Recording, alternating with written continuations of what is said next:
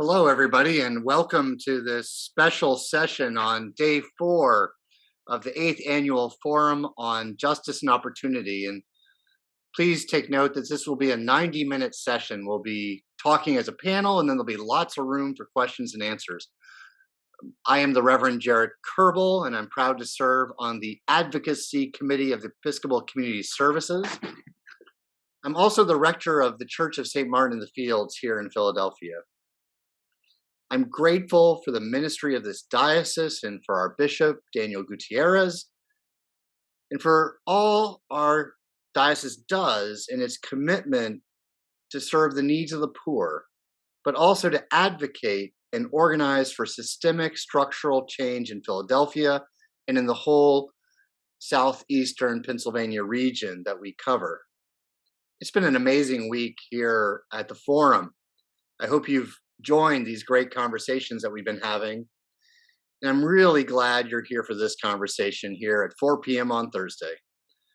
There are recordings available at all the sessions that you can get to through the Whova app, so you can catch up on anything you missed.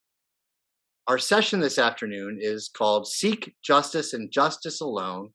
We're going to be looking at advocacy and community organizing. Those words are from Deuteronomy and are inspiration for this discussion on faith-based advocacy and organizing.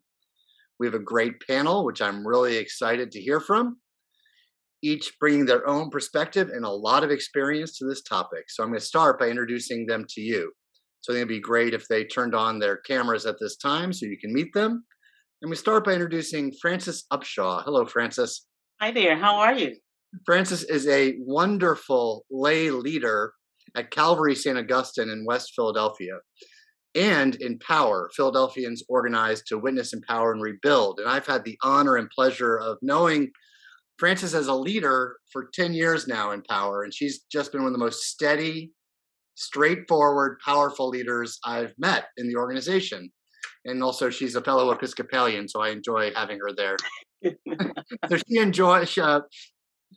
Frances says in her bio, which I just love and I want to share with you, as a child, she was told by someone, probably a Sunday school teacher, that God would never leave her alone. She says, I bought that idea and it has been with me my whole life. No matter what has happened to me, God has kept God's promise.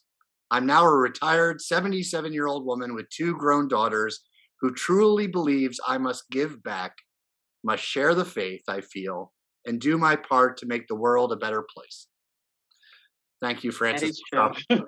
It's so true. It's so real, and I love it. And last time we talked, you just came off a conversation with somebody about your faith under a tent near your church, which I Yes. love it. If we only had 100 of you.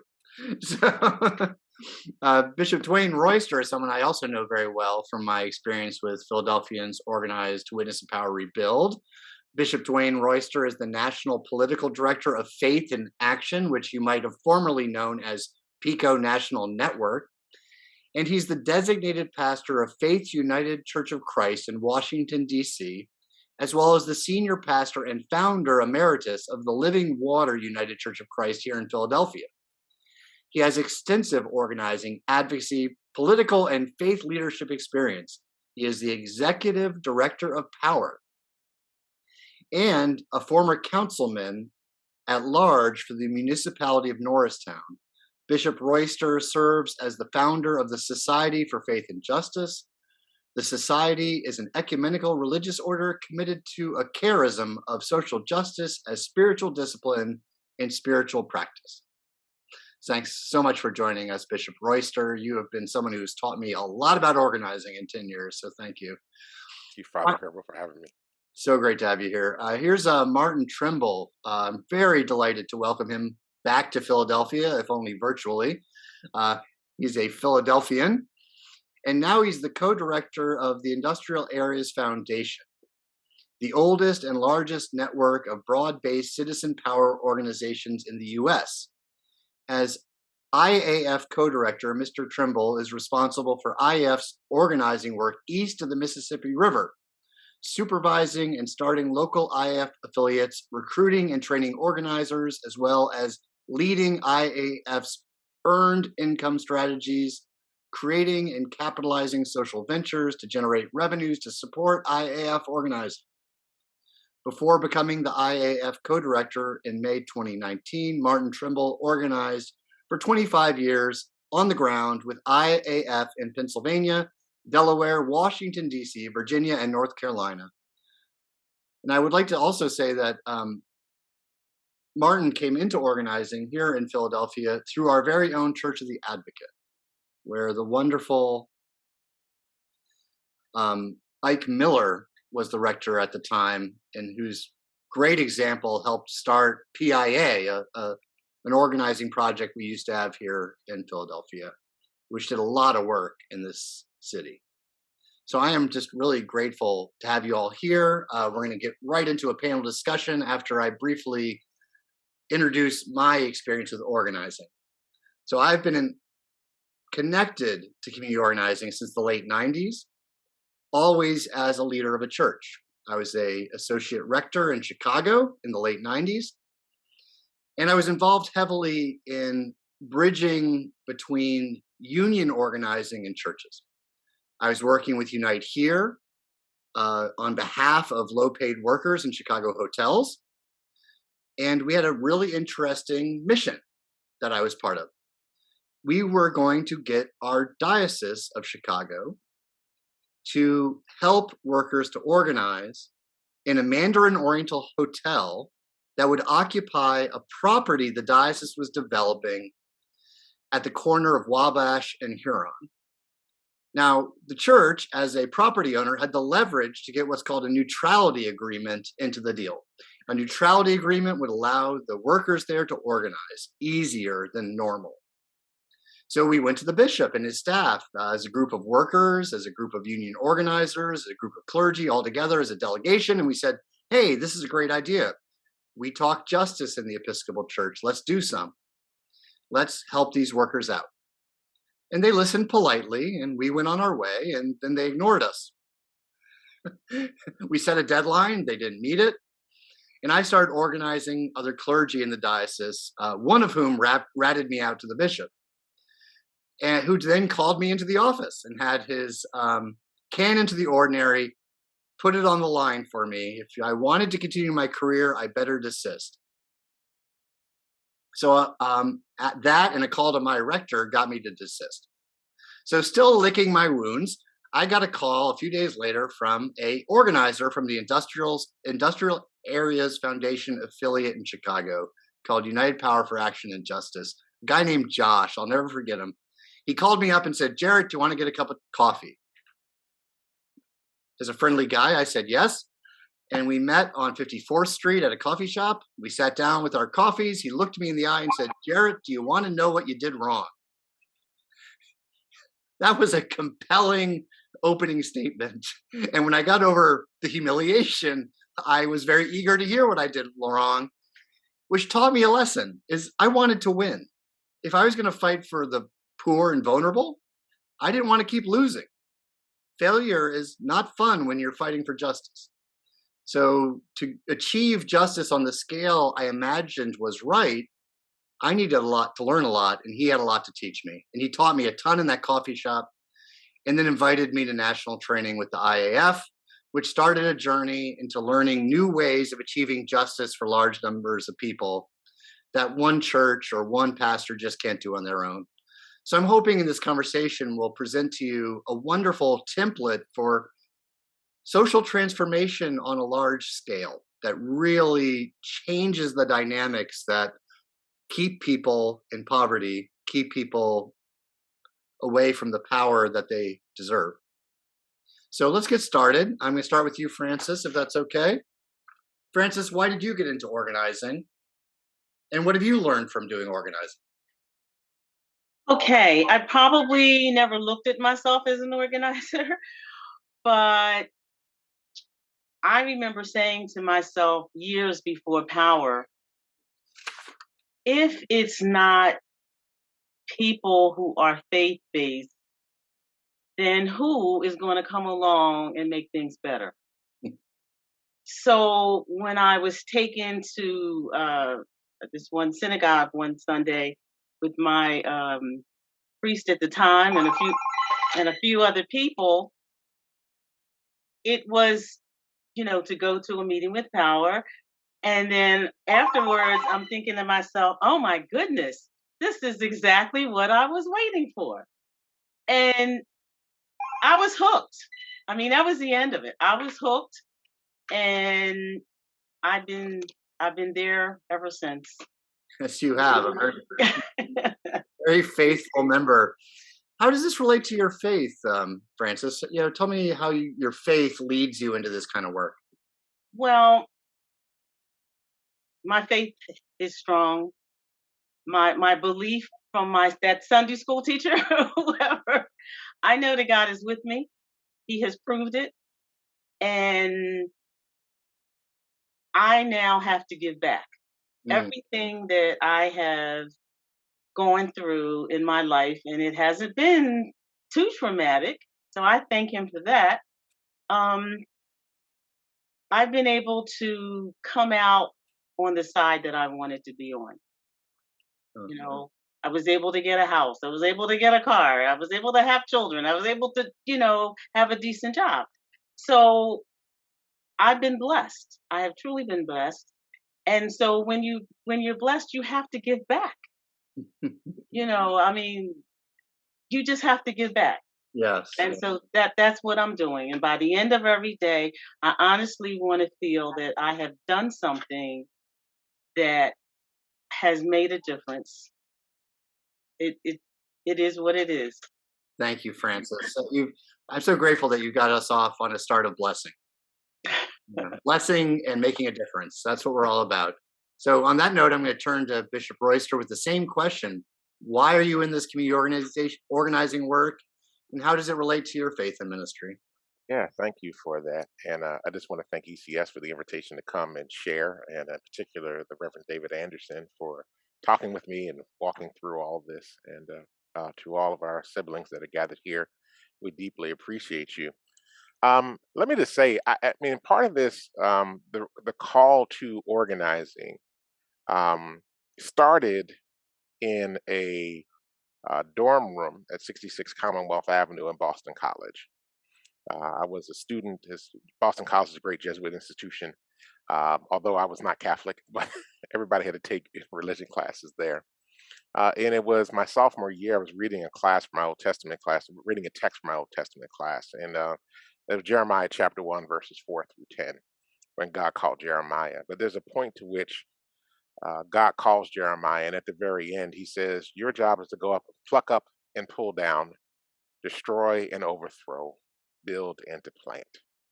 I want to juxtaposition that with part of my ordination paper where I wrote about Matthew 25, the whole section of Matthew 25. When I was hungry, you fed me. When I was naked, you clothed me. I was a prisoner, you visited me.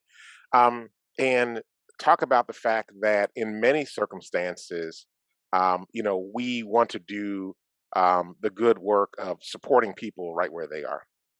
And I'm down with that. I've done that work. We've done homeless ministries, things of that nature. But at some point, you get frustrated with doing that, recognizing that it's not changing the systems that are causing people to be in those circumstances, whether they're hungry, whether they're thirsty, whether they're naked, whether they're in prison, whether they're in the hospital. And we could be talking about healthcare, criminal justice. We could talk about poverty. We could talk about housing. I mean, there's a variety of issues that could be addressed with that. And eventually you get to the place where you want to go upstream and ask the question about why people are in this place. And for me, it's an indictment upon people of faith that we allow folk to continue to suffer in conditions and don't demonstrate the power of God by changing the circumstances to which they're in. And so for me, it goes deeply about this notion that when we have status quos, when we have a condition where literally, and I have a coin phrase and saying, I'm trying to change the damn world. And I say that because a lot of people wake up every morning feeling like they're already living in hell. That they're waking up every morning really questioning why they're here, another day of suffering, another day of oppression, another day of depression that they're going through. And we can't, in a material way, show them hope. The National Executive Director of Faith in Action, which is formerly PICO National Network, The Reverend Alvin Herring says all the time. He said his mama taught him. He said, if you show up like hope, people will give you their hopelessness. And it's not just showing up like hope, it's helping them to find the hope that's already within them by helping them be empowered to develop their own leadership and to be able to speak their truth and then have a say in their collective destiny. And so for me, this work is about seeing every human being as a child of God, Mm. recognizing the inert, the inherent power within them because they are created in the image and likeness of God, unleashing the power that's within them to be able to create a destiny where they can thrive, and helping them to partner with their siblings that are both similar to them and dissimilar to them to be able to build beloved community. And so this work is deeply rooted in my faith for me. It is deeply rooted in proving that God is, and that God does not desire for us to suffer. I know people say, oh, well, Jesus said the poor will be with you. We don't have to be the poorest big city in America.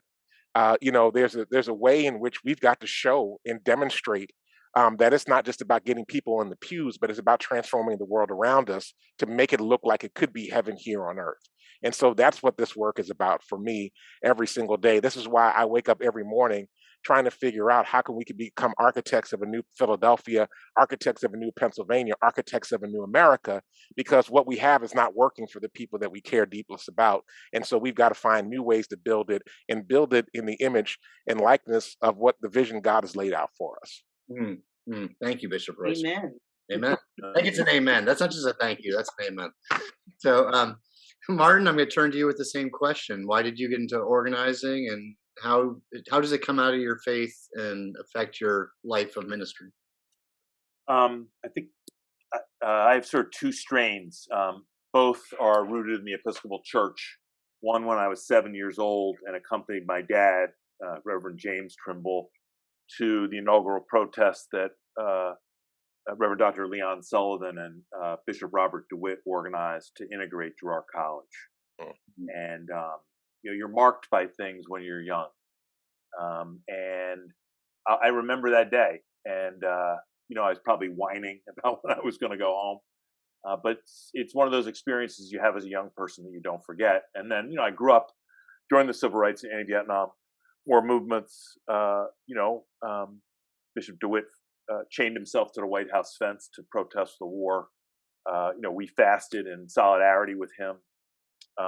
And then, actually defying my father, I went to D.C. to protest Nixon's second inauguration. So I was political, from a very young age. But it was actually moving back to Philadelphia in my mid-20s and in the mid-80s. I'm son of a priest, so I have a love-hate relationship with the church. So I was really wrestling with what I believe. I walked into the church, the Advocate, my faith got resurrected and revived because of Father Miller, Mary Lee Higgs, Maureen Carey, Martha Cohen, just tremendous people. And I lived about 12 blocks from there at 23rd and Poplar, and I would walk to church every Sunday. And, that was the beginning of 40,000 abandoned homes in Philadelphia. I was active in the youth group, and I went to Bible study, and generally what we do through ministries of mercy.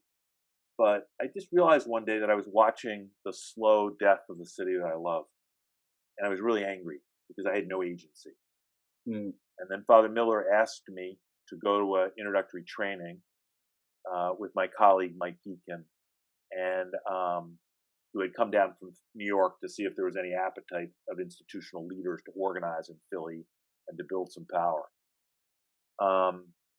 And I carried with me those images, the murals at the Advocate, which depicts all of the anger and hope of the African American Christian experience.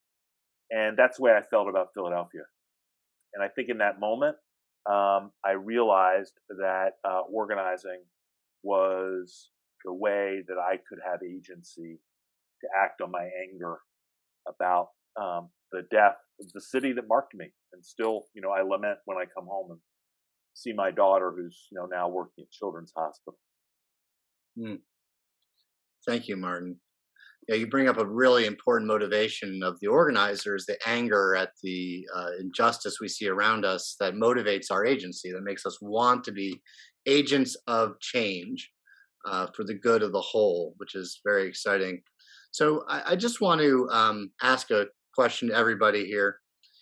If someone approached you and asked you, what is this community organizing that you do? Tell me what this community organizing is that you do. What would you say? This is the elevator speech question. See if you can give a baseline answer of what is community organizing. Who would like Getting to? people together to make their circumstances better. I love that. Getting people together to make their circumstances better. Right. Thank you, Francis. Who's next? I think I would say that I think where I'm at in this particular point in iteration of organizing, and I've been doing this now I was with PIA years ago, and then, been with Power, off and on these last 10 years with Faith in Action. I think part of it for me, this organizing thing right now, is working with people in the projects, the apartments, the row houses, the twins, the single homes of Philadelphia, the citizens of Philadelphia, to have an imagination about the world they want, not the world that they live in, and helping them to be agents in making that world come to pass. Hmm. Right. So we're cueing in on agency, imagination, being part of a change. Absolutely. Thanks, Dwayne. Yeah, I would concur with that. I think the most important question that an organizer asks when he meets with leaders is, what if? Hmm. What is your imagination for your block, your neighborhood, your section of the city as a whole? The world as it should be is what we talk about in organizing. Mm-hmm. And then to help teach. You can't make change in the world as it is unless you have power. That's right. And you can't build and maintain and wield power unless you have an organization. That's a union, a broad-based citizens organization like the IF or Faith in Action, build a cooperative, a political party. You have to have some sort of organization to exercise that power, so ordinary people can represent themselves. And I think that organization does its work when it forms people, teaches them about power, helps them figure out how to act on their values in the world, and then to say to the world, whether it's Ed Rendell, I've got a lot of stories from those days, to McKinney, who's the mayor of Philadelphia now, Kenny, that I am somebody, sort of the Jesse Jackson, that I exist. Yeah. You have to respect me because I've got the power, because that's what the world as it is respects. Power, respects power. And that's slow, patient work. But in the end, if you don't have an organization that has power, you can't make change. That's right. That's right. Power is funneled through institutions. Mm-hmm. Right. That's right. Power is essential for change. So let's talk about power. That topic has come up. I think church people are notoriously uncomfortable around that word. We've been taught for years to be meek and mild and conforming and all those things. So what do you say to people about power? What is power? How do you get it? How do you use it?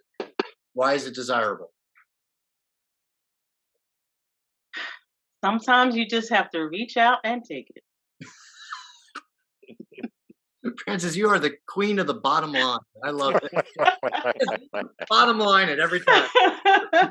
Power is something. When I was,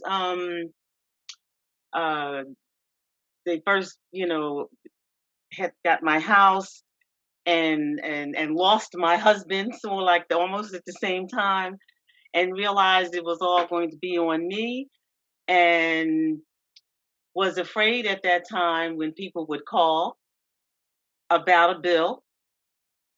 So when the time came that I had sort of gotten myself together and was able to pay people every month, that was my power. Mm. Don't you dare call me after the second of the month when I paid my bills and tell me that you didn't get the money. Mm. I was all over you then. Yeah. I had the power because I had sent that money and you couldn't mess with me.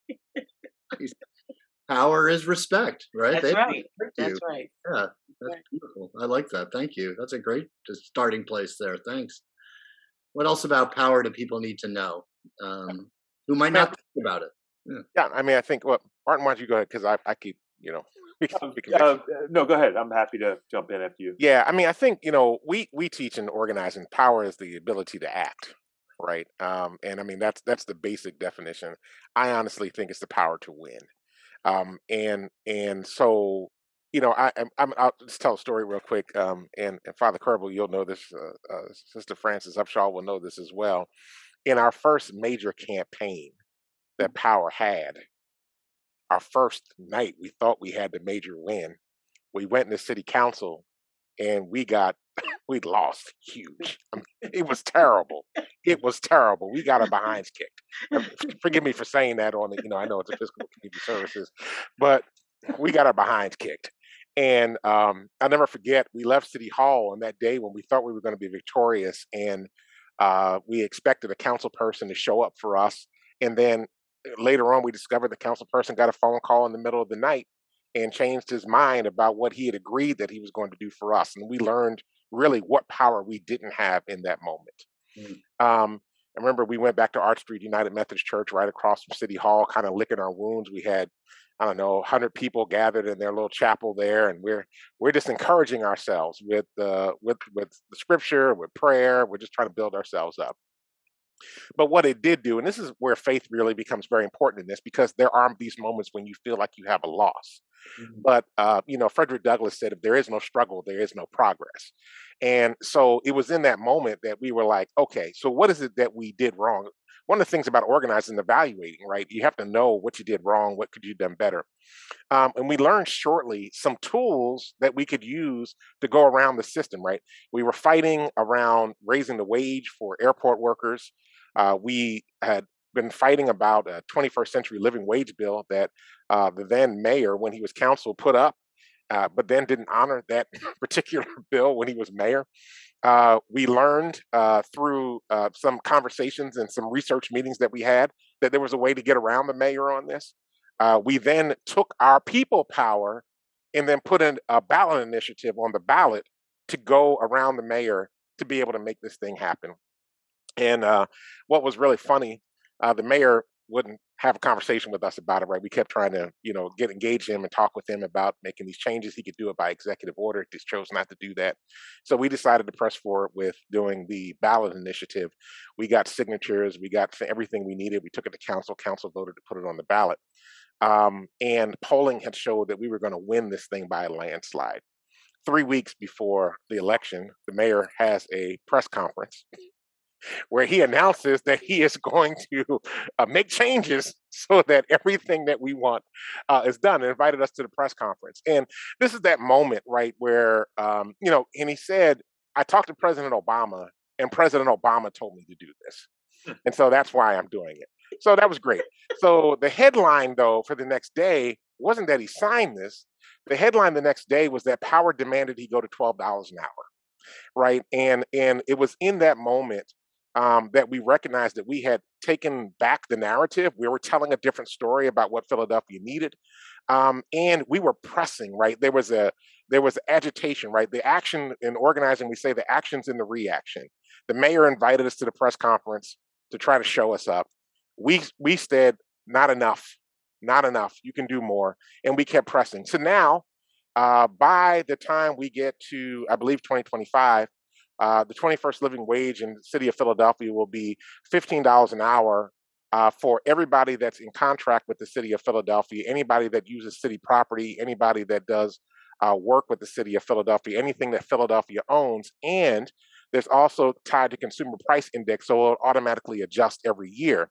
We were able to go back and recognize that some of the poorest census tracts in the city of Philadelphia now had infusions of tens of millions of dollars from earnings from people that were working low wage jobs in the city of Philadelphia. That's when you knew you had power. And that's when people started to get exciting. And they were like, we were building off of that and continuing to build more power because people recognized they could reimagine the city of Philadelphia. They could create the Philadelphia in their own image. And it got so bad that actually the mayor's office, there was an issue that came up. They called us before we called them and said, hey, what's your opinion on these things? And I'm like, oh, now because they recognized the power that we had built and that we were capturing the imaginations of folk across Philadelphia and planting a vision for a new future, they got deeply concerned about what we were doing. And that's actually, part of what this work is about, right? Designing the Philadelphia that we want. Yeah, that's a great victory, Bishop Royster. If I can just tell a brief story about that, I Sure. think at that council meeting, I was sitting between, Yes. two airport workers, low Mhm. income workers who were testifying, and my job was to be there and support them. But as I sat on the testimony table, I could look at the council members up front, and I kept noticing this guy who kept darting around the council members and kind of That's right. talking to them. And when we got done with our testimony on this side of this fence, a long way from the council members, I went back to you and I said, "Who is that guy?" And he said, "Oh, that's the guy from American Airlines." Mhm. Right? That's right. That's right. That's was the lobbyist for American Airlines. The lobbyist from American Airlines. It was That's like right. just a clear illustration of where the power is. We're on this side of the fence; they're on that side of the fence. That's right. So, all right, Martin, your turn on this one. Yeah, I think oftentimes when we start organizing in institutions, people have a negative stereotype of power, and as Bishop Royster shared, it has a very simple definition. If you go to the dictionary, the capacity to act. It's actually rooted in the Spanish word poder, to be able. Hmm. And then it's really important to understand what the forms of power are. Right, Mhm. organized people acting consistently and persistently, and organized money. And then once you understand that, you can begin to ask yourself, how does power operate Mm. in Philadelphia? Well, obviously, the lobbyists and the business interests call the shots here. That's right.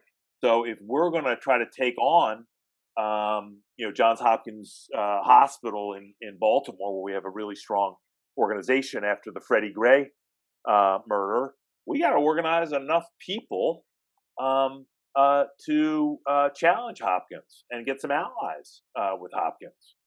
But we don't organize people disparately, individually. There's some, organizing groups that focus on individuals.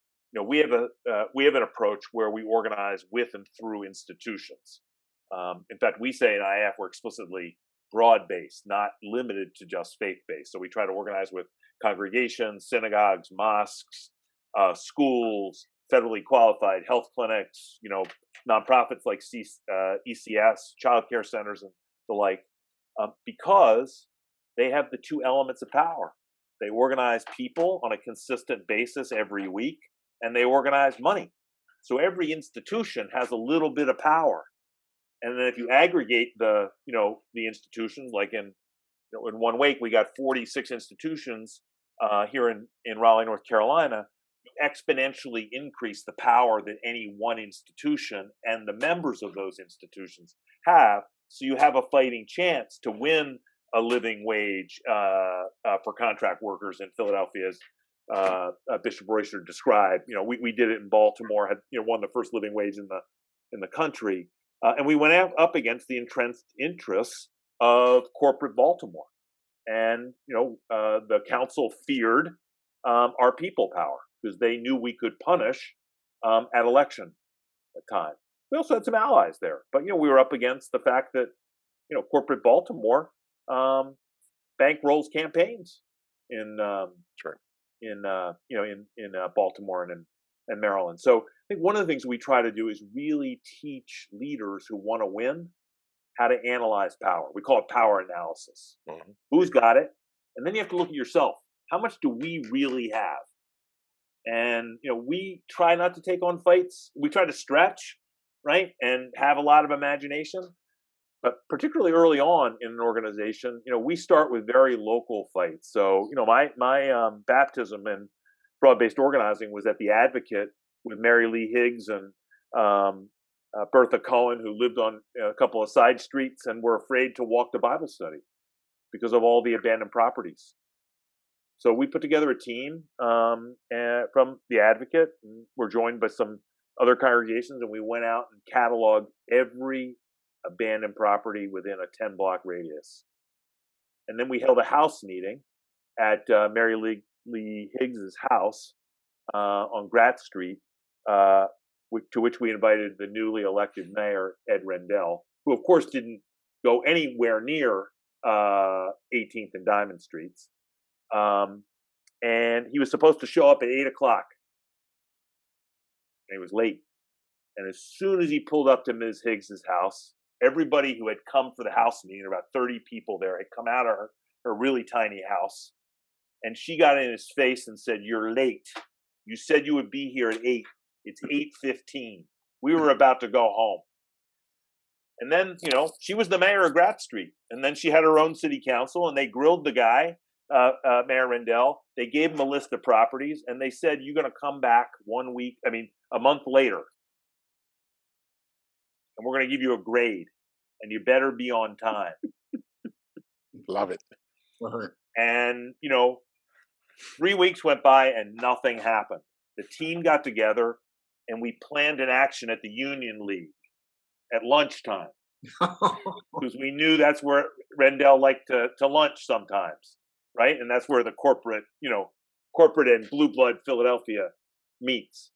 But the Wednesday before he was to show up on Saturday, an army of DPW trucks descended on 18th and Diamond Street, cleaned every lot, sealed every abandoned building, and then he was supposed to arrive at 10 on a Saturday morning, that next Saturday morning, and he showed up at 9:55. And the leaders were ready to grade him, give him a B+ because he forgot a few abandoned lots. I mean, they were tough. Ms. Higgs was really tough. And they gave him an A- because he came early. I love it. But they knew the power they had, and they just weren't individual citizens on Gratz Street. They were members of their church, and their church came with them. And then 12 other churches were there for the action to support them because they knew that the Advocate would be reciprocal when their fight, at Harold O. Davis, who's just died a couple. Yeah, Bishop Kermit, my mentor, Bishop Kermit Newkirk. I'm in organizing. What a great man. Yeah.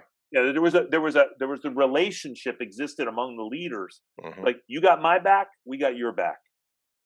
So Right. Bishop, Reverend Newkirk showed up for that action, but with the clear understanding that Father Miller and I and Ms. Higgs and others from the Advocate would come up to the Sinking Homes action at Harold O. Davis. But it took us a long time to build those relationships, and that's where I think our organizing, as we all practice it, differentiates from what we might call movement or issue-based organizing. We start with people, and if you don't have relationships among people, our best congregations, our best schools, they're relational. Sometimes we have to reteach that to our institutions, Mm-hmm. and that's really what I got from those early days. That if you don't have relationships with people, you can't change anything. Yeah, I want to go there. That's our next stop on this conversation. After I summarize briefly that power equals organized people and organized money. And we have an analysis that things change and get done because one source of power goes up against another source of power. Power is always operating. We just need to see it, address it, and create a counter power to, because no one ever gives up power just out of generosity. Right. We have to confront. We have to say, look, there's this other body of people who have an agenda too. And then that's how we get at the table. There's that great saying, if you're not at the table, you're on the menu. And I think Frederick Douglass said, "Power concedes nothing without a demand. Never has, never will." I think the other thing we have to remember is that that as religious leaders and other institutional leaders, we're not confined to only one form of power, organized people. We also have access to organized money. And the shining examples of that for me as a young person was the leadership of the churches to divest from South Africa. It changed the whole country. So we have access to organized money. We just have to figure out how to organize it. Absolutely. When I worked in Trenton, we changed the funding pattern for homelessness prevention, and it forced all the agencies to go to a more humane method of helping the homeless. Right. You change the money, you change the behavior. Right. So, but it took organizing to get there. So let's talk about relationship. A very important factor in community organizing is the intentional cultivation of trusting relationships, so that we have a body of people who are ready to act when the time comes, and we've listened. We've developed our concerns from listening, not just out of some abstract notion of policy, so to speak. So I'd like to invite our panelists to speak to the particular practices of relationship building in community organizing and why it's at the heart of the work. Okay. As a part of power, we do what we call one-on-ones. You have to talk to people. I mean, there's just no way around that. You get two people together that don't know each other, and you just talk, and it doesn't matter what you talk about. You'll get to the subjects that you really need. But right now, we just have to sit here and talk. You know what I'm saying? It could be a little squirrel that just ran through. Let's talk about the squirrel. And just keep finding out that we are not different from each other. We are the same. Our face color may be different. That's all. And so from that, you develop a bond. You can never come into a room after that and see that person without acknowledging them. Mm-hmm. It is what it is. That's awesome. Thank you, Francis. It's just a core behavior for the organizer to do that one-to-one, isn't it? How about you guys? What do you think about this intentional development of relationship? Yeah, I think part of, we talk about the one-to-one, right? But it's not, a one-to-one is not just about sitting down, having coffee with somebody and being a friend, right? These conversations are very specific. They're targeted, and they're also about trying to uncover people's self-interest, trying to uncover the things that keep them up at night. My favorite question for people is, what keeps you up at night? It's trying to surface what the real issues are. And it's about being in relationship, but moving toward something powerful. There's a difference between a public and private relationship. If you're just going to see your neighbor and have a cup of coffee, we have this diagram we saw of an iceberg, right? And that 90% of an iceberg is under the water. Most conversations that people have are with the 10%. How are the kids? How's the family? What's happening at work? Did you see what happened down the street the other day? Right? It's very surface stuff. But when we're really working on one-to-one relationships, we're actually trying to dig deeper. We're trying to find those core things that are actually relevant to people. What is it that they care about? What drives them? What are those issues? And then we're looking to find ways that they partner with other folk that are feeling the same way, that are wanting to address the same issue. And it's a definitive relationship. Now, do you eventually get to some friendships? Absolutely. But these relationships are also about, building relationships with political leaders. We do things called research meetings, where we actually meet with political and power brokers and things like that. And let's just be honest, we don't always get along with the folk, but it's about being in a relationship, because you need to know each other. They need to know where you're coming from, and you need to know where they're coming from. And so this is not, just about let's have a cup of coffee and we're all going to be friends. Because to be honest with you, the work that we do in organizing is prophetic. And sometimes it's about agitation. Even in the one-to-one meetings, sometimes it's about agitating people. And let me just be clear: it's not irritating people; it's agitating them and helping them to think deeper about their work. And it's also helping people to address sometimes their own paralysis and their own lack of agency, and their willingness to get engaged in the fight. So, we want to be clear, because I think everybody wants to be friends. And this is not always about building friendships, although it can eventually come out of that.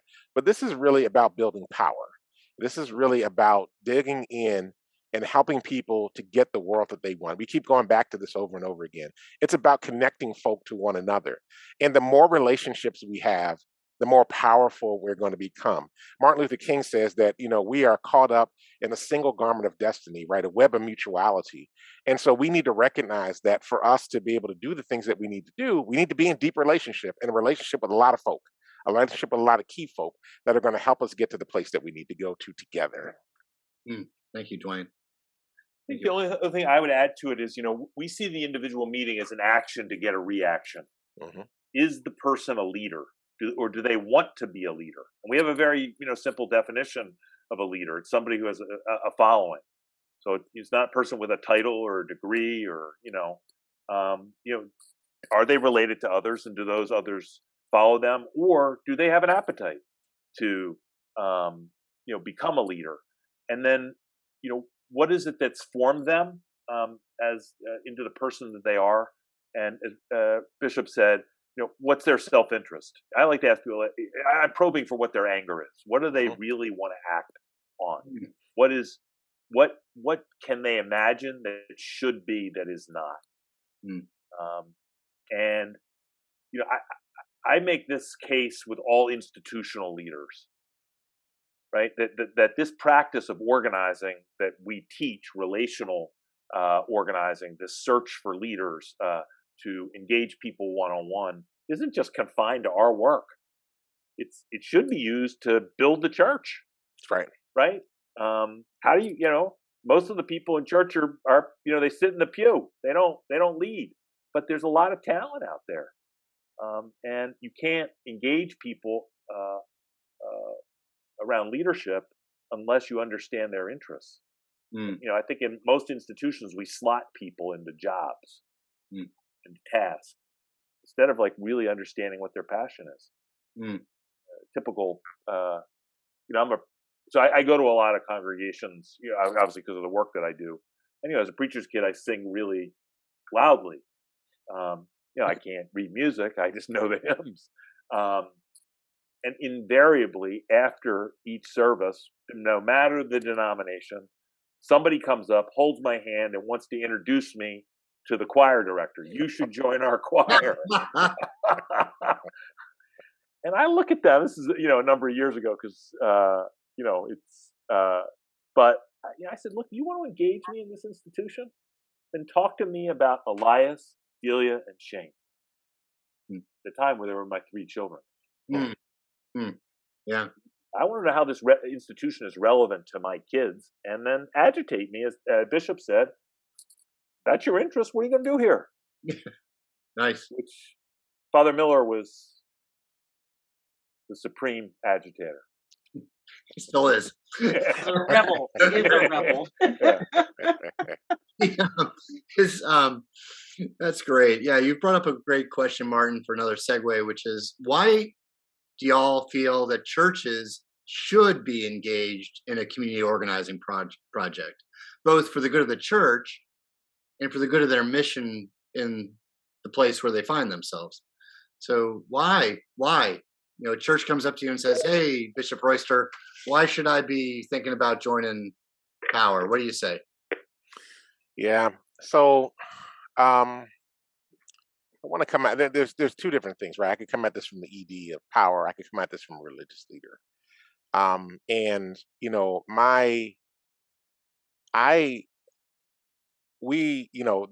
2015, Pew Charitable Trust did a study about religion in America, and the biggest group that was growing was the nuns, right? We're not talking about Catholic nuns. We're talking about the NONES nuns.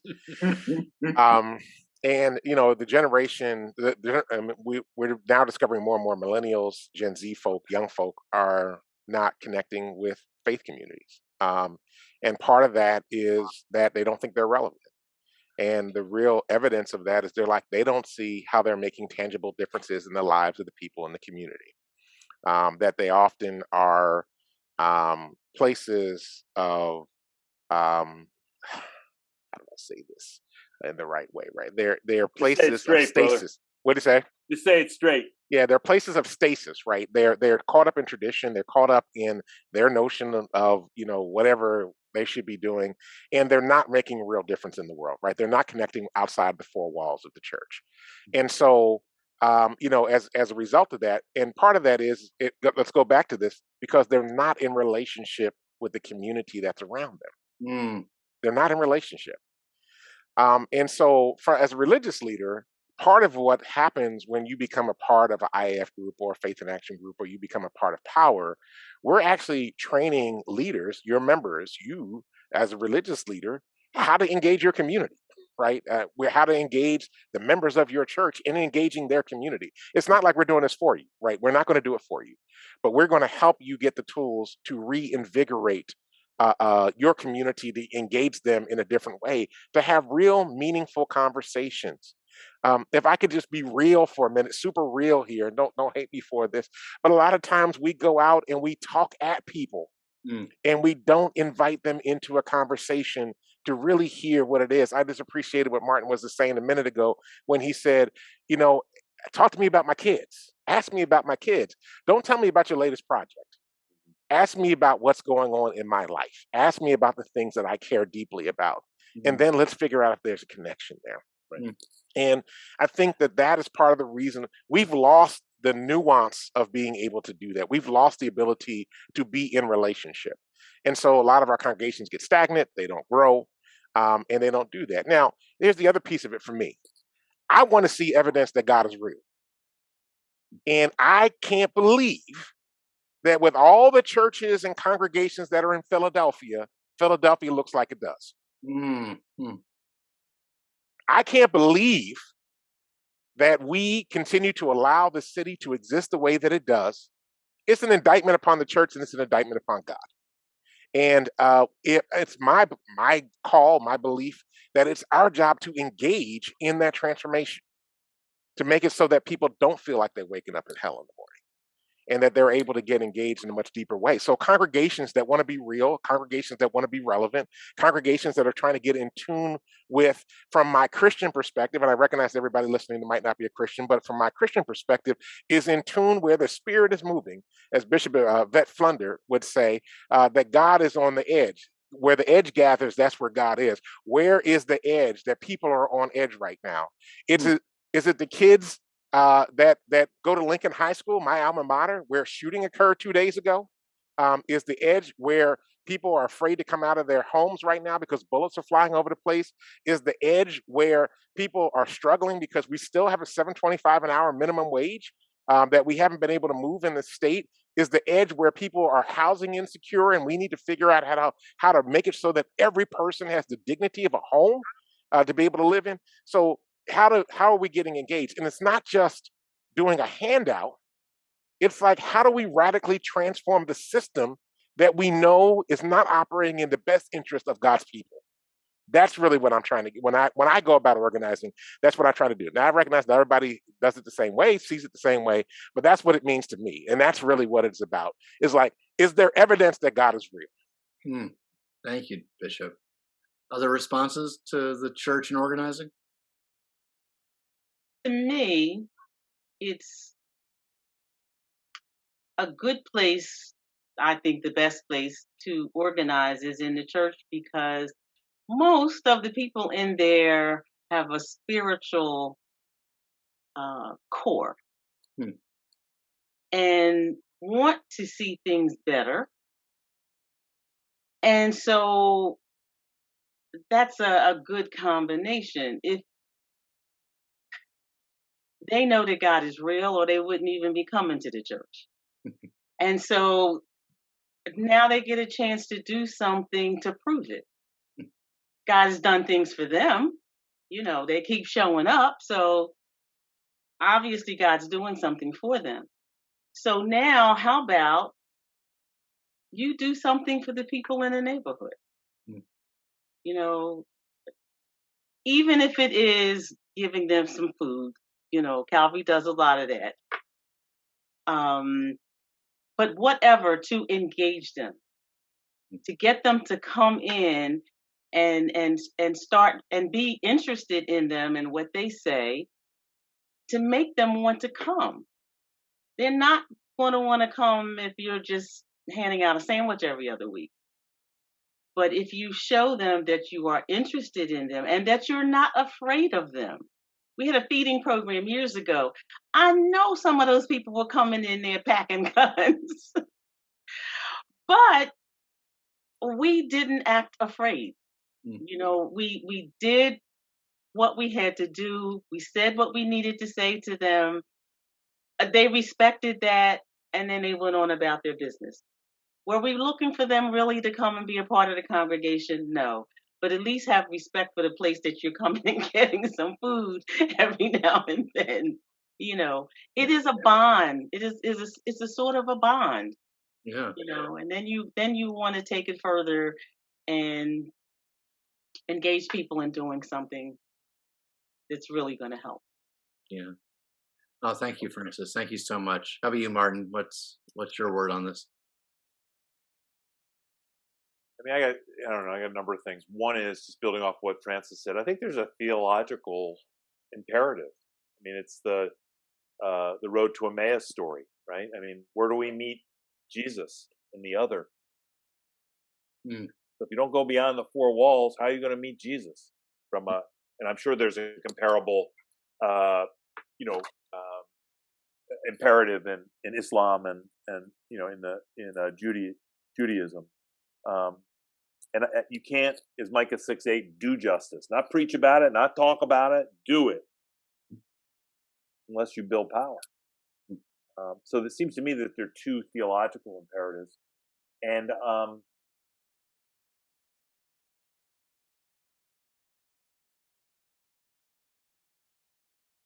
think there's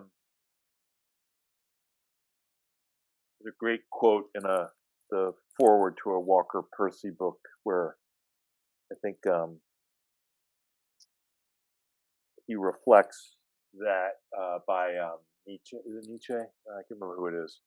But the particular character of despair is you don't recognize it as despair.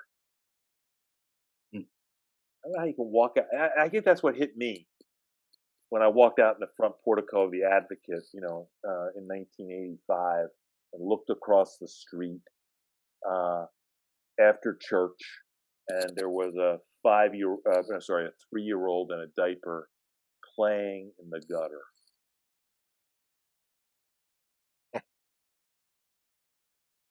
Like Jesus was running an action on me. Wow. Right? Wow. Yeah. Is that what does your faith call you? You going to let that pass? Right? Yeah. Walk on by. Yeah. If I could jump back in for a sec, I just, Howard Thurman in his book, Jesus and the Distant Heritage, says in the introduction, what does your faith have to say to people with their backs up against the wall? Right. Right. And I mean, that's part of what organizing is about too, right? Yeah. What does your faith have to say to people with their backs up against the wall? And not just what it has to say, but how is it in partnership with them? Right. Right. Because again, we organize and we have a principle, don't do for others what they can do for themselves. Yeah. So, how are we in partnership? And how are we saying to folk with the people with their hands up against, I've actually, because he says people with their backs up against the wall, but in this moment that we're living in, especially for Black men, what does your faith have to say to people with their hands up against the wall? Right. Right. And how are we, helping them to be agents in creating a different world where that doesn't happen to them all the time? Right. And I think going back to what Francis said too, there's a deep self-interest here. Let's be real. The church is dying. And we try to teach, look, that the church is 1/3 built and 2/3 unbuilt. So if you don't go beyond the four walls, you're never going to grow. And if you don't grow, you're not going to have any power.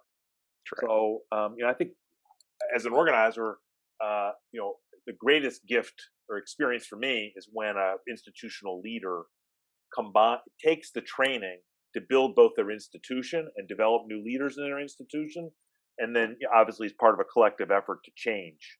I remember a Catholic priest I worked with, Father Burton in Washington D.C. in the '90s, had a school with bursting at the seams, and his church is like dying, and all the kids in the church, in the school, were not Catholic.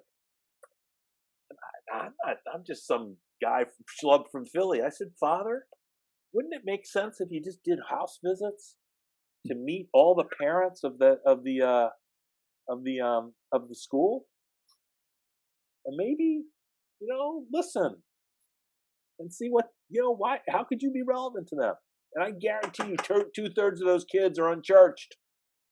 And he actually rebuilt St. Anthony's that way. Nice. Not necessarily the only way, but it was sort of a revelation to him. Really, yeah. It's like you got one vibrant institution next to a dying one. It's like, and I think that's what we, as organizers, we can bring a sort of an outside perspective. Yeah. Because I know I get blinded, and my imagination gets stunted, and I'm really appreciative for folks who can agitate me that way. Nice. Well, before we go to questions and answers, I just want to I find community organizing to be very inspiring because I see change happen that I want to see happen. And I know my local parish can't do it on our own. So there's a couple topics I want to hit real quick. One is, and this goes back to what Bishop Royster said, the iron rule of organizing is don't do for others what they can do for themselves. So I have experienced organizing as one of the few places where I'm working side by side as equals with people across class and race lines, across lines of historic grievance and inequality. And that's powerful. It's not easy, though. And it's something you have to learn. And this brings up the question of racial justice. How is racial justice informing the work of organizing? Nowadays, that seems to be the first thing we have to work on. You have all these people together. They're all different. They're all coming from, different areas. They might come because they want to help. But racially, where are they? What are their thoughts? So one of the first things that, and I think we have found this out over the years, that we really do have to have a place for people to sit down and talk to other people who do not look like them, makes all the difference in the world. Because at the end of having some of these sessions, you respect people. You may not think exactly the same, but there is a respect there that just cannot be ignored. And then you can continue doing the work. Excellent. Let me say, this is hard, right? When I started organizing, and even, I was born in the late 60s, so at the end of the civil rights era, a lot of the activities of the civil rights movement, civil rights institutions were pretty much singular race, right? And even there were part of movements, right? The war movement was distinctly white. There was some black folk, or Asian, Pacific Islanders, Latinx folk, indigenous folk that were part of it, but they were adjacent to it. You had the NAACP, you had SNCC, you had Urban League, right? Everything was pretty much, and you did not talk about race. Other than dealing directly with racial justice. This is the problem King had. He wanted to go talk about Vietnam. Everybody was like, "This is not your fight." And so when he went to go to Riverside Church up in New York. And I think, part of the challenge, even in my early days of organizing and doing well, it's not so much street activism, but doing activist work in Philly, you talked about economics. You didn't talk about race, right? Actually, race was like a landmine. And you did not really talk about it. You talked about economics. And I'll be honest, when Power first started, we were really talking more about economics than we were talking about race. And then Mike Brown gets killed. And then several of our leaders, because Faith in Action went down to Ferguson, we all were on the ground days after Mike Brown was killed. And the organization as an institution would stay there for over a year, helping to do organizing in that area. And we had already begun a process of beginning to say, we've been talking about economics alone, but we can't really talk about economics alone because it's not equal for everybody, right? We have to begin having a conversation about race. And it's a hard conversation to have because when you really get back to having, even though race is a social construct, but it's so deeply tied to our identities today that it almost becomes an ontological issue if we're going to get really deep about our sense of being. And so, race, and I mean, we've hit landmines in power. We've hit some real landmines in power trying to cross and deal with race and having real conversations about it. And what do we have to do? And we actually run trainings and workshops and things like this all the time. We've taught our organizers and leaders how to do racial one-to-ones with people because we need to be able to have real conversation. I think that the bigger challenge is making sure folks stay at the table and work through this because I think it often is. We're a multi-faith, multi-racial organization, and we could not only talk about race, but we could talk about Islamophobia. We could talk about anti-Semitism. We could talk about Christian hegemony and how all these things manifest itself in the institution that we are constantly having to war against and wrestle with in this. And so, Power now considers itself a racial and economic justice movement, right? An organization that this is because race and economics are tied to just about every issue you could possibly imagine, and trying to imagine how we move forward that. But it's hard, and I've said this. This is not for everybody. This is not for everybody. Some folk can't handle the conversation. They can't handle the agitation around race. It is, and some people have to grow into it. But honestly, inside of our institution, if we're trying to create a beloved community outside, we've got to learn how to create it on the inside, and we have to be able to model that for the rest of the world. And so it's hard work to be able to go about doing that. And sometimes it slows us down a little bit because of some internal stuff we got to wrestle with and work through. I chuckle about Pennsylvania's 4 states in one, and it all depends on where you are at any given point in time, what your worldview is going to be. Philadelphia is like 2 states. You got the Northeast, and then there's the rest of Philadelphia. It's Northeast and South, and then you got everybody, the rest of Philadelphia. And then how do we work through that to be able to do that? So race is an important factor. And honestly, if we don't deal with this, if we don't address this, we will never be able to build the world that we want. Before we get to Martin, I want to address this directly because I was the chair of the board of Power when Michael Brown was killed. Yeah. And the next day I woke up and I couldn't find any of my African American clergy leader friends in the organization because they were all in Ferguson.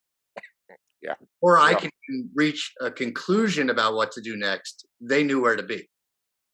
And since that time, I've been trying to grow at a rapid pace on my racial consciousness because I was taught a very strong lesson that day. Because where's Dwayne? He's in Ferguson, right where he should be.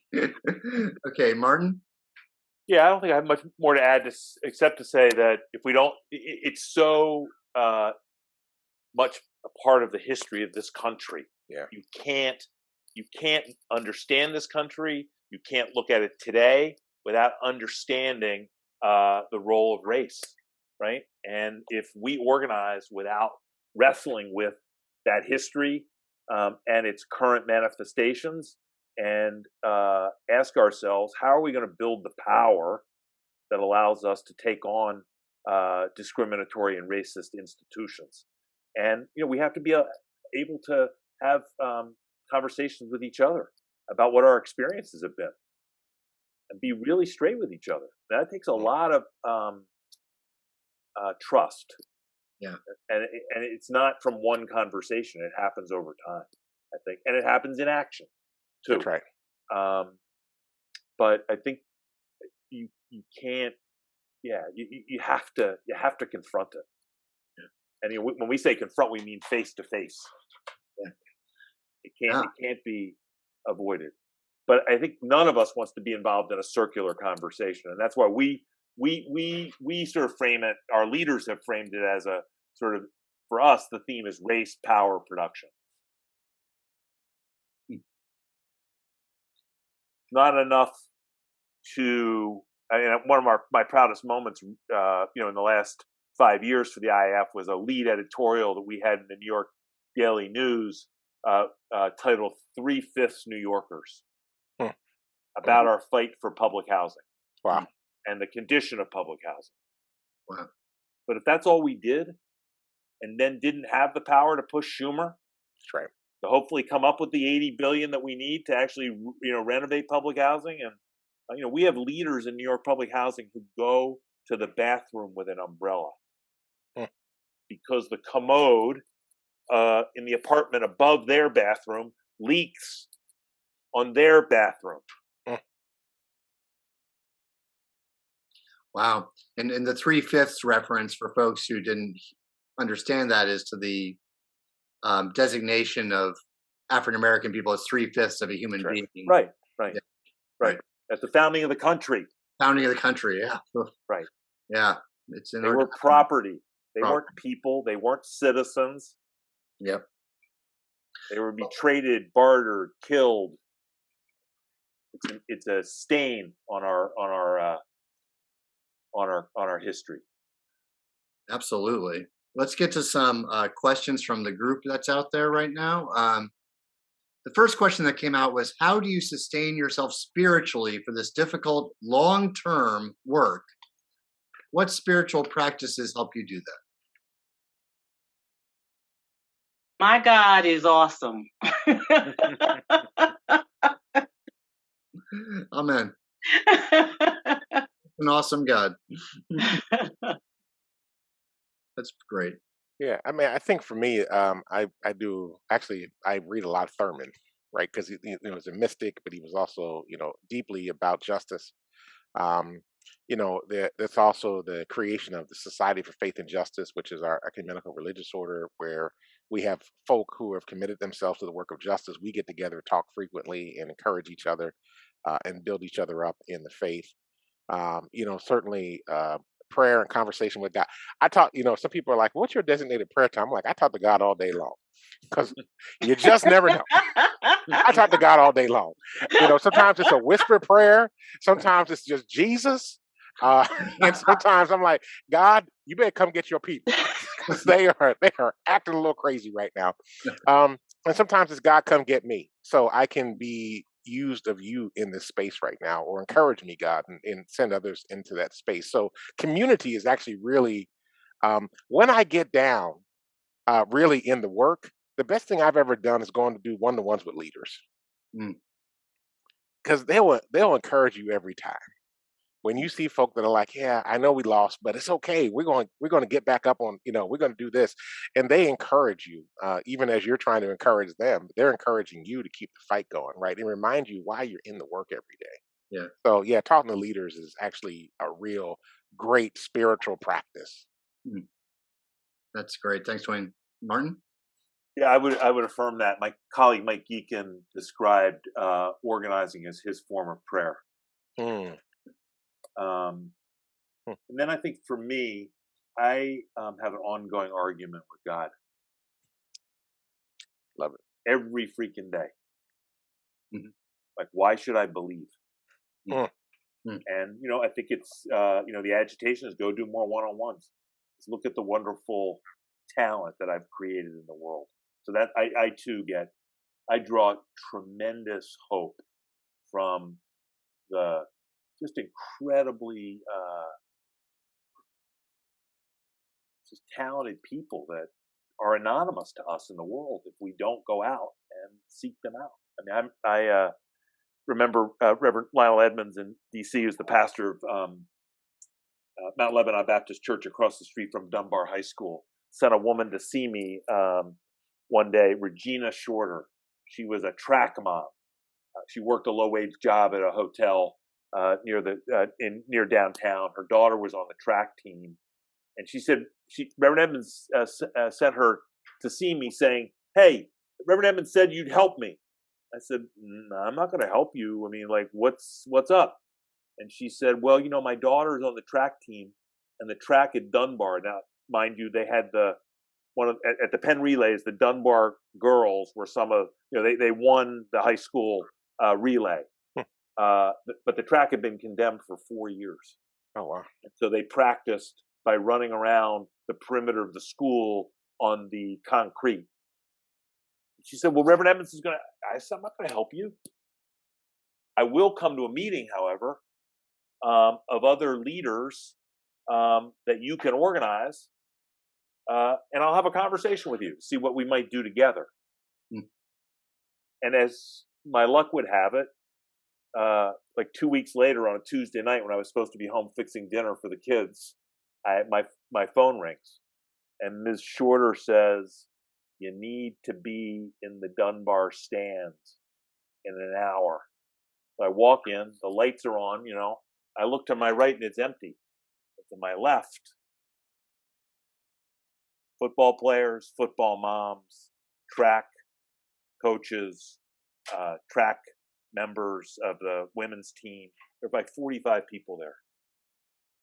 I was spiritually uplifted for about 3 months.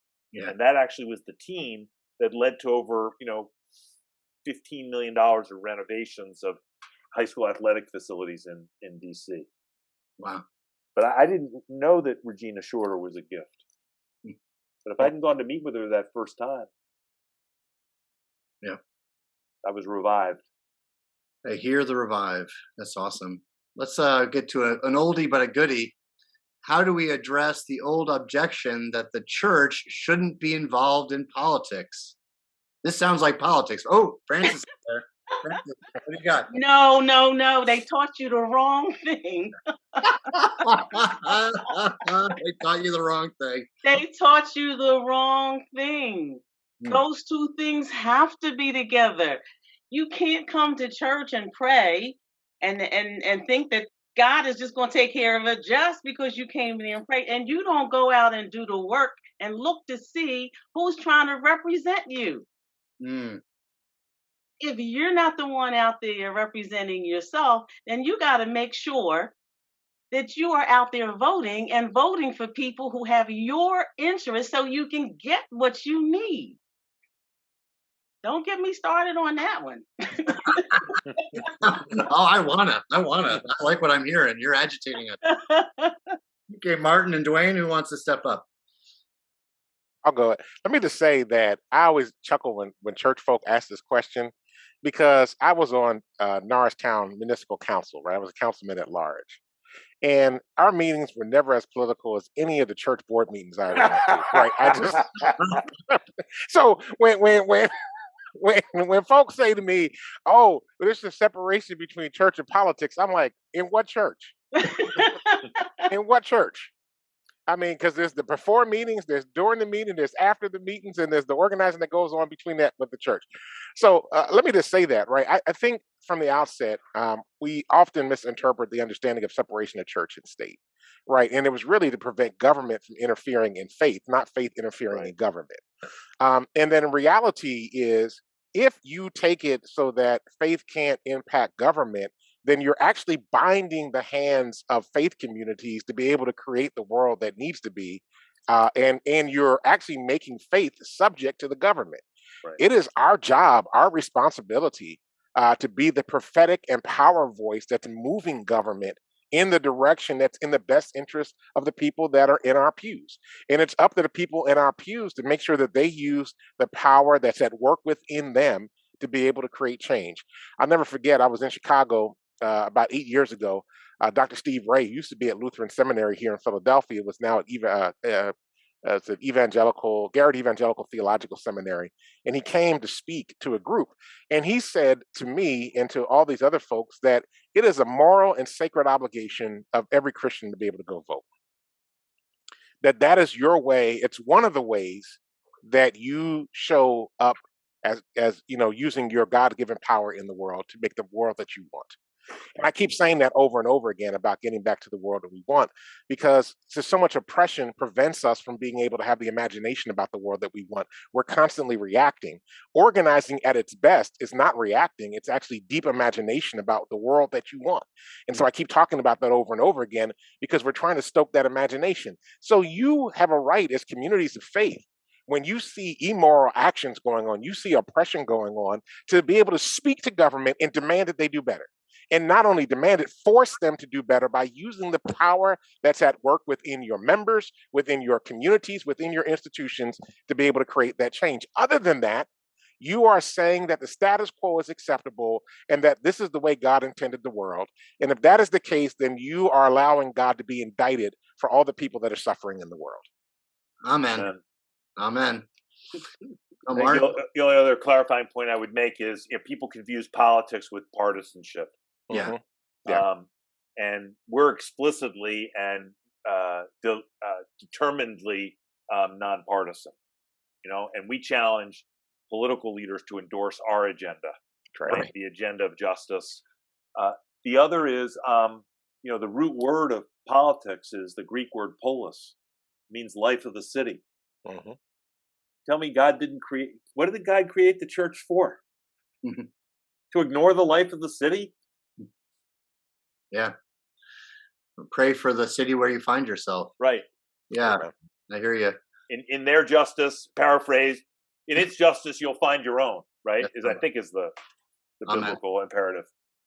Yeah, I just love that. Yeah, we are nonpartisan, right? We hold elected leaders accountable. We're not buying anybody else's ideology. We're working on concerns and issues based in the community and the people we love. And we're holding people accountable in politics. Okay, we have time for one more question here.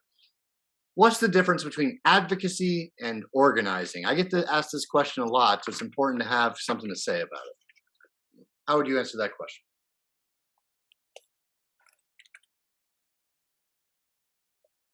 When you're an advocate, you are going out to speak for other people Mm. and their concerns. When you're organizing, you're getting those people to stand up for themselves and demand what they need. Francis Upshaw for the win. That's that's a great description. I'm not sure. Is there anything to add to that, guys? No, drop the mic on that one. Thank you, Francis. The mic. You dropped the mic. Founded. Okay, that actually you did that so well. We have room for one more question. To the point about the millennial nuns, NONES, how do majority older congregations in neighborhoods break through the generational gap to engage? Mm. Can I give a little answer? Yeah, here? go Yeah. for it. Yeah. This has come up in our congregation because we've in the last 10 years been deeper and deeper into organizing, deeper and deeper into racial justice. We've taken stands on LGBTQIA issues, and that starts to change the conversation over time. And sometimes as the pastor, I get self-conscious because some of our members who disagree with those stands drift away. And I get worried about that. And I go to my leadership and I say, this is happening. And my younger members say, well, we wouldn't be here if you weren't doing that. Mm. Right? I have a whole generation now here that wouldn't be here if it wasn't clear what we stood for. So that's a lesson to me constantly. When someone says, well, I think we lost some money when that person left, well, you gained 5 other members. I hate to be that calculating about it, but that's how they talk to me. Mhm. And I have to listen to that. This generation, we have a lot to learn from this younger generation about how the world should be.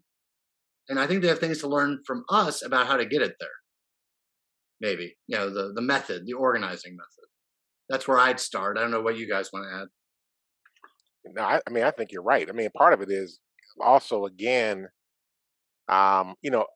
some elder generations want to talk at young folk Mm. and want to tell them how to show up and how to be in church. Mm-hmm. Oh, you dress a certain way. You don't show those tattoos. Show up this way. Don't make too much noise. Don't let those babies run around the church making all that noise. And I appreciate, because I know St. Martin's actually has a worship experience for families to be able to come, where you got the young folk, the children running around and everything. So, and I appreciate that, because I think that that's part of listening, right? You heard, and it was like, families like, we want to be able to worship together. So I think it's important that congregations learn to listen and suspend judgment. Yep. Right.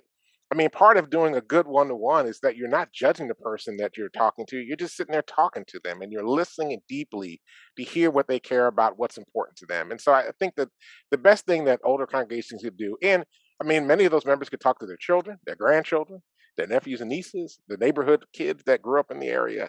and begin having conversation with them. Excellent. What's the most important thing our listeners can get up to after this meeting today? How would you send them out into the world?